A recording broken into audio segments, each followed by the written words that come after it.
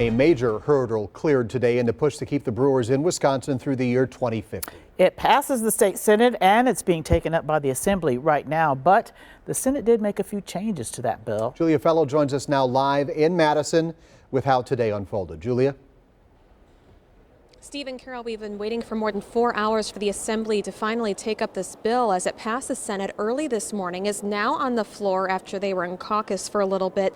So as it stands right now with the amendments headed to the Assembly floor, the Brewers would pay more and state will pay less to keep the crew in Milwaukee. But Democrats are still crying foul, saying that taxpayers should pay less and the fans should pay more in ticket sales. As the bill stands, Milwaukee City and County would contribute $135 million from sales tax revenue. The state's responsibility would go down from $411 million to about $365 million. That's after an amendment would add a ticket tax to all non-Brewers events. And the Brewers agreed to put up an additional $10 million, adding up to about $110 million. All of this now adding up to $610 million. Republicans like Dan Phan reminded the public that the state is the landlord and responsible for stadium upkeep of things like the retractable roof, and brushed aside arguments the team has more than enough money and does not deserve a subsidy. And how tense was it in that meeting today? I mean, it looks like the votes were... I won't talk about that. Okay. 3 out of 4 Milwaukee senators voted no on the bills, including Democratic Senator Tim Carpenter. He says he would have voted yes if the Brewers paid in more.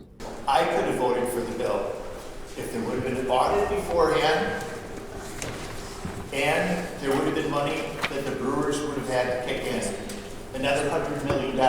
And Senator Lena Taylor says she was a no after an amendment to add a ticket tax for every Brewers home game was voted down. Those that have the privilege to be able to participate in that entertainment, that they should pay the way, not individuals who cannot even participate. 80% of the people who go to the stadium are not from Milwaukee. The Brewers called game day ticket taxes a non-starter.